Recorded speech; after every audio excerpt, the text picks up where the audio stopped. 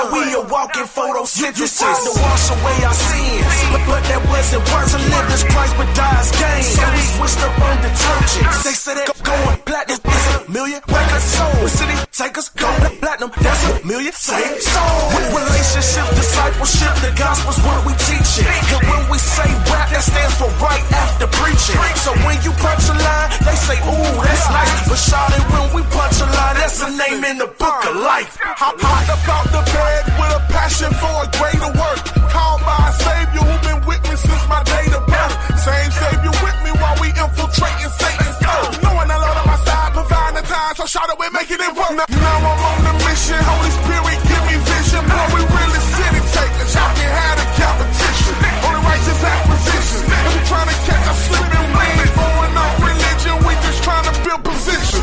So if you wanna ride, we'll extend the opportunity. This unity, we trying to reach 1 million plus communities. Riding around with my partners, ATL in my mirror. Vision couldn't be clearer. We're praying to God that they hear us. This one from my people who in need of something greater. Who been searching for the core, tired of pulling up the layers. If you feel my words, I hope you pull it off the paper. And help us build more city takers. Ow!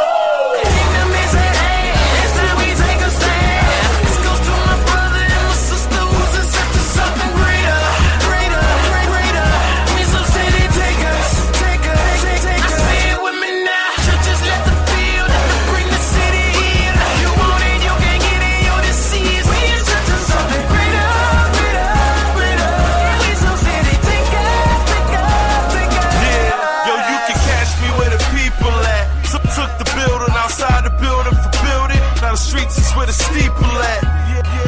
I said the blocks is where the bread at. The church has left the hold up enlightenment. Already said that. No time to be quiet. Let's go. Start a riot. Move some revival. Yeah, it's time to get violent. Yeah, it's time to love on them. Draw them to build them. You think we wildin'? Yeah, we call this living. We just running with vision. From the YDC to the prisons. Harvest is plentiful, so we out here fishing. We've been commissioned to love on the hopeless, so you can stay in your conference. We do shows with the homeless.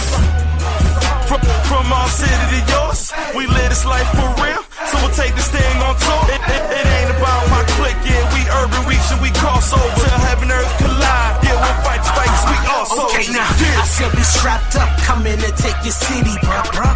And when we take it, yo, tell me who gonna take it from us. Go to church, who's scared? Homie, tell me who there? Not us, we enter these streets with these army fatigues and a mob tough. With everything that is falling, all around us is waters applauding. Obviously, that is the godlessness in me that's got me stalling. From giving the truth to the youth, and there's more than a hobby or duty. For us to call inside of me, ballin', minus a Spalding. Oh man, consider me all in. It needs to be all him. And if it wasn't, I'm telling you, cousin, that all of this will be for nothing. Question, how do we reach your culture? The first thing to do is approach them. You can't be hiding behind the walls, consider us claustrophobic. If the gospel you preach, it doesn't get past your church group. It's like a body of water without an escape route. Everything will eventually die, So taking the savior and being the city taker is the only way that you survive. Open your eyes. It's time we take a stand. This goes to my brother and my sister who's in search of something greater. We some city takers. I say it with me now. Churches let the feel, bring the city here. You want it, you can get it, yo, this is. We in search of something greater. Yeah, we some city takers.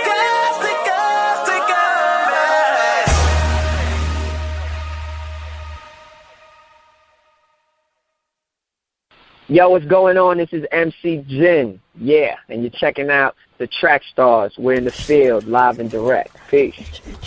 Yeah, back in the field with the Track Stars. Ryan Wrighter, Sean Tanner, DJ Jeremiah. Of course, I got to explain again why we wearing these outfits for the people on YouTube.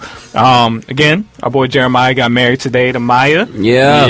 So big shout out to them. Still wearing the tuxes from that. Tell them.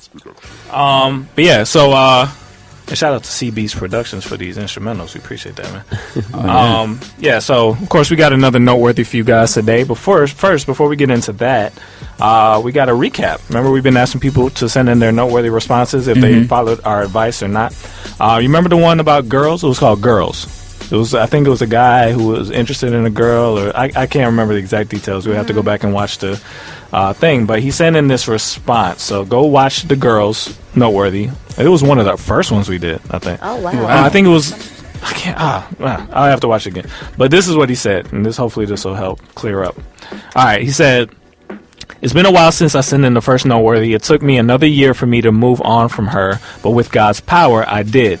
We haven't talked since, and I told her that I would always be praying for her no matter what happens. She said thank you, but that we would never be friends. Since then, I have still been single, but I've used my singleness to glorify him and help other people. I was actually able to use my original Noteworthy to help talk a friend out of a similar situation. I'll admit that it's hard sometimes when I see all my friends getting engaged and married, but I now understand that God is prepping me and my future wife, so when we are together, we'll be ready. Thank you all for everything you do. I can honestly say that if it weren't for your advice, I don't know if I'd still be here. God bless y'all. That was the response to girls, man. Wow. I think that's the one he had. There was a girl that kept messing with him or whatever. I remember. So yeah, man. Thank you for sending that in. That was really good. My heart goes out right now. What's my wife doing over there? Okay. But so we really appreciate, of course, if you send in a Noteworthy in the past, make sure you go to trackstarsradio.com. Send it the same way you did the first one. It's just hit the Noteworthy button. Make sure you put response after the title so we know it's something something old that you're telling us about. And yeah, man, and just let us know what you did, whether you followed it or you didn't follow it. We would love to know. So yeah, what y'all think about that? Yeah. No, that was really dope, man. I mean, to be able to have somebody like that, like, really tell us that, you know, had it not been for the advice we gave, they wouldn't, you know, be around. I mean, that's deep. I mean, that's part of the whole ministry. You know what I mean? That's the kind of the reason why Track Stars exists, and that's the reason why you reach out and have stuff like Noteworthy, where you're going out to, you know, the people and you're saying, hey, look, if you have issues that you're facing, you have something that you need to deal with, send that in, man, and you know, you can get some advice or get some help, or at least kind of, you know, grab some opinions from some people who, you know, study in the word and like that, and kind of live that life. You know what I mean? And so for you guys to intervene in that situation, man, and for that person to kind of at the end of the day say, look, I'm thankful and grateful for, you know, for you going through that whole MySpace situation to keep on pushing, you know what I mean? For y'all going through all the stuff that y'all talked about earlier and coming up and showing up every week and then saying, hey, look, when I put myself out there, y'all kind of responded and helped me through that situation. That's huge, man. That's big. Yeah, it's really big, man, because I realized that when we came up with Noteworthy, when we first started thinking about it, we were patenting it off the Strawberry Letter on the Steve Harvey Show. And I noticed that they don't ever give any advice that's sound. They just say, you're crazy, you're stupid, you know, get out of that relationship, don't do that. But we actually are helping people come to a decision that they have been struggling with and have hopefully, you know, been praying over. So it really is like, it's ministry working. So you saying you're better than Steve Harvey, though? I am better than... No, I'm just kidding. All right, so this... the Noteworthy we're going to do now is called Influenced by Hip Hop. All right. It says, hey, Track Stars. I'm a big fan of the show, and I just want to let you guys know that you encourage me in my walk, and I'm grateful for Christians who stand firm against the world. I need some help from you guys. I have a little brother who is a big hip-hop fan. He loves Lil Wayne, French Montana, Rick Ross, and other hood rappers. My mother didn't have a problem with him listening to them at first. Then that was funny. Then their philosophies started to shape his identity. He started sagging his pants and started disrespecting me and my mother by calling us hoes and the B word. I tried to introduce some Christian hip-hop, but he said he doesn't like knockoffs of the real thing. He said if he's going to listen to somebody who sounds like Wayne, then he just wants to listen to Wayne. We've been praying for him, but it seems to get worse. Now he's starting to hang out with the wrong crowd. What's some advice that you can give us that would help him and others who are influenced by this culture called hip-hop? He did like Line for Line, but was biased to the world all the time. Influenced by hip-hop. This is a great one. What y'all think? It is good. It really is. And I think that I first off want to speak in the voice of my man Sincere, who would probably be like, first of all, you know, you need to knock him off his block if he's disrespecting you. Now, but seriously, like that's got to go. I don't think he would say that. He would say that. He would say that. I don't know if I would say that. But I think that's one of the things that's really big is the fact that he's disrespecting his mother and his sister. That has to definitely change. That's a pattern behavior based off of like idolizing these people, wanting to be like them, emulating them.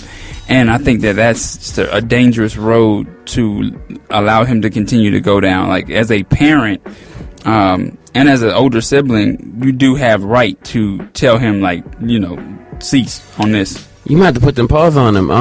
There you go. Yeah, so, no, seriously, I guess I would say something like that. Yeah. Only because, like, when you address it like that, yeah. I mean, if he's disrespecting you, calling you, you know, B word and H word and things of that nature, then you need to just step up and say something. Mm-hmm. So, I mean, that's beyond hip-hop. You feel what I'm saying? Mm-hmm. That's beyond hip-hop. That's straight up you saying something to me and I got to do something about it. So, yeah, okay, maybe I would then. Yeah, that's exactly what I thought. When I first heard this, is like, first of all, we got to correct the disrespect issue. Then we can move on to the, you know, influence of the music and how we can help him. But the first thing is the disrespect. Now, in regards to the music, you know, him sagging his pants and starting to hang out with the wrong crowd. Hate to say it, man, but most people learn lessons that way. You know, they get with the wrong crowd, they start being something that they're not. And then they realize, man, like, okay, I see it. I see that I'm changing for the worse, or I see I'm making mistakes, and I don't want to go down this road. But she's thinking all that stuff is on the outside of that. There's a root issue here, and there's a root influence, and that root influence is hip hop. Like, yeah, how do we address that? Yeah, it's hard, man, because I grew up in the South, and so a lot of the music that I've listened to is hood music, you know, and I've never let it get into my spirit like that, you know. Just never let it try to like overtake me and influence never me. So what? Never done that. You never let it get into your spirit. Oh yeah, like I used to have certain songs, man, when we were getting ready to go fight, man, we had to cut that on, like get that pumping. Yeah, like that Pastor Troy, do it. Oh man, we used to take our shirts off, ride down the street and get ready. Oh yeah, we ready? Pastor Troy, Archie, yeah, we did have that. It was bad influence, you know, and that's what caused us to some of us to land in jail, some of us to get into situations that we didn't want to be in, and some of us made the change swiftly because we didn't want that life for ourselves. I mean, when Get Rich or Die Trying came out, I really thought I was Curtis Jackson. Like, no, seriously, like, I got my hoodie, you know what I mean, and I would walk around, like, just kind of a different walk, because when he walked through the hood in that movie, you know what I mean, it was so much respect that was given to him, and I wanted that respect, because I'm a friendly dude, and I'm tired of being friendly. So, well, no, I was tired of being friendly. This is my testimony. So, like, I wanted to walk, you know, I wanted to kind of get that feel, you know what I mean, so I talked to people a little different, and I can see how you could be influenced by it, because you want those results, so I see it. I wonder if it's a phase with him, because I went through it as a phase. Oh, I'm sorry. I went through it as a phase, and what I did was I shaved my head, I bought a bad boy chain, and I wrote Thug Life on my chest and took a picture of it. It's in my mom's photo album. And we gonna find that photo. It's there. It's there. Toya's at my mom's house now. She can actually pull that out for you. Good luck. But the thing is like, it was a phase for me. I didn't really want to be a thug. I really wasn't a bad boy, so it was just a phase. I think what people in this generation don't understand is that, and I'm not going to get too deep into this, but, you know, most of these artists, they know what they're doing. And this music stuff is strategic, and it's no coincidence that Satan himself, when he was an angel in heaven, you know, was over music. So I feel like this is all just a bigger plot and scheme of the enemy to get into these kids' system and into their subconscious and just wreak havoc on their spiritual lives. But I remember when I was coming up, because I've never been, you know, a big hip-hop fan, but I do like all types of R&B and all type of music. And I still, even now, find myself to this day, you know, listening to stuff, but being able to catch myself and just dissecting lyrics and like, wow, that song's really stupid when you really listen to it. But I remember once when I was maybe like 13, 14 years old, I had gone to a Naked Truth conference at Destiny. Wow. And I remember that they were dissecting the lyrics to like this Yin Yang Twin song. Yeah. And at the time the song was really hot. And when it comes on, everybody's just getting it, not even really listening to it. But then they actually posted the lyrics up and read line for line what everything was saying. And as I was sitting there, I was thinking, this song is disgusting. Like, this song is really stupid when you really hear it back and think about it. So I would